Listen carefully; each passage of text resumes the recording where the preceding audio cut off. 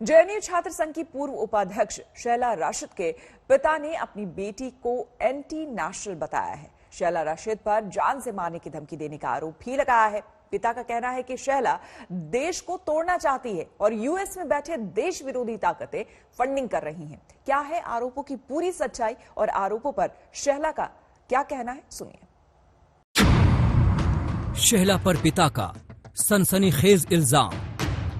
इन्होंने मुझे धमकी दे दी ना, अब के बार धमकी दे दी, इसीलिए मैं भागा भागा जम्मू आया हूँ।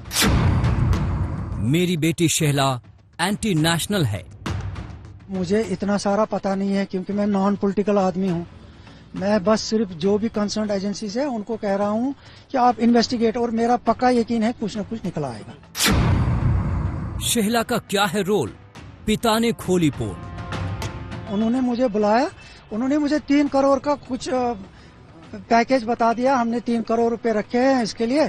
शैला के आप चाहो तो आप ले सकते हैं, या मैंने रिफ्यूज किया। मैंने कहा मेरी अभी बात इस विषय पे हुई नहीं है बेटी के साथ, क्योंकि उसको 7-8 दिन के बाद आना है, तो मैं उसके साथ पहले बात करूंगा, उसके बाद ही बता।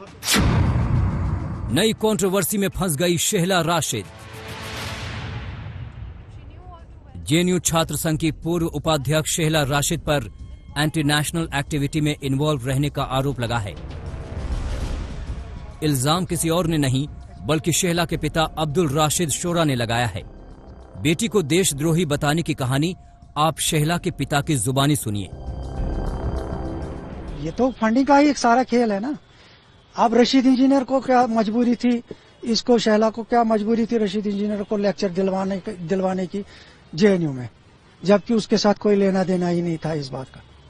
जेएनयू का एक इंटरनल मैटर था जिसके लिए उन्होंने एजुटेशन छेड़ दी थी, तो इसमें इंजीनियर रशीद के लेक्चर का कहां से भी इसमें सवाल आ गया। शैला के पिता के अनुसार 2017 में जेएनयू की छात्र संघ की राजनीति को छोड़कर कश्मीर में एंटी नेशनल मूवमेंट से जुड़ गई।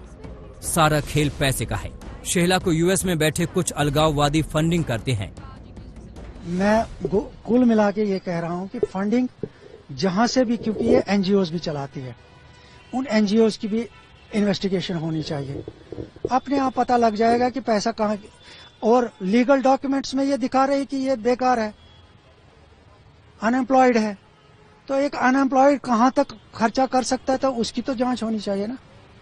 अपने आप सबको पता लग जाएगा कि फंडिंग कहां से आ रही है, क्यों आ रही है और किसके लिए आ रही है। शैला को उनके ही पिता ने एंटी नेशनल बताया। डीजीपी को चिट्ठी लिखकर खुद के लिए सिक्योरिटी मांगी है, क्योंकि शैला से उन्हें जान का खतरा है। इन्होंने मुझे धमकी दे दी ना, अब के बार धमकी दे दी, इसीलिए मैं भागा भागा जम्मू आया हूँ। आरोप के मुताबिक देश विरोधी गतिविधि में सिर्फ शैला ने अपनी मां और बहन को शामिल कर रखा है।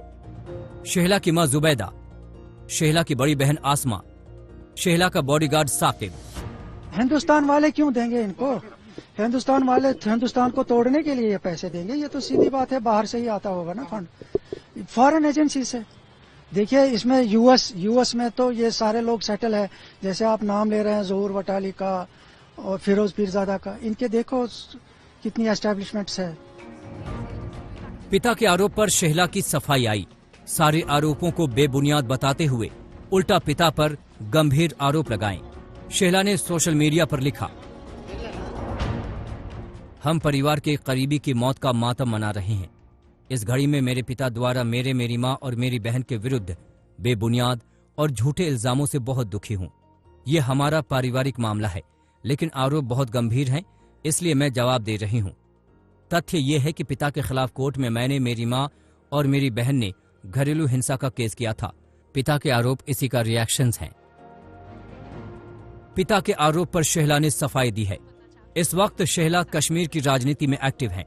पिछले साल Shaila Jammu Kashmir people's movement party में शामिल हुई थी, लेकिन कुछ महीनों में ही पार्टी छोड़ दी। वैसे जेएनयू के पूर्व छात्र नेता का विवादों से पुराना नाता रहा है। पहली बार जेएनयू में राष्ट्र विरोधी नारेबाजी के वक्त शैला सुर्खियों में आई थी। उसके बाद कभी केंद्र सरकार पर, कभी सेना पर, तो कभी कश्मीर को लेकर शैला विवादित और फर्जी ट्वीट से विवादों में घिरी। कंट्रोवर्सी नंबर 1, जेएनयू में राष्ट्र विरोधी नारेबाजी। कंट्रोवर्सी नंबर 2, नरेंद्र मोदी पर आपत्तिजनक बयान।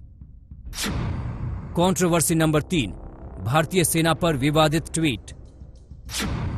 कंट्रोवर्सी नंबर 4, कश्मीरी लड़कियों पर फर्जी ट्वीट।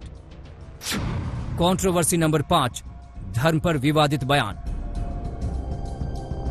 शेहला के खिलाफ पहले से देशद्रोह, नफरत और अफवाह फैलाने की धाराओं में केस दर्ज है। अब पिता की शिकायत पर शेहला के खिलाफ जांच के आदेश दिए गए हैं, यानी नए विवादों में फंस गई है शेहला। आज तक ब्यूरो।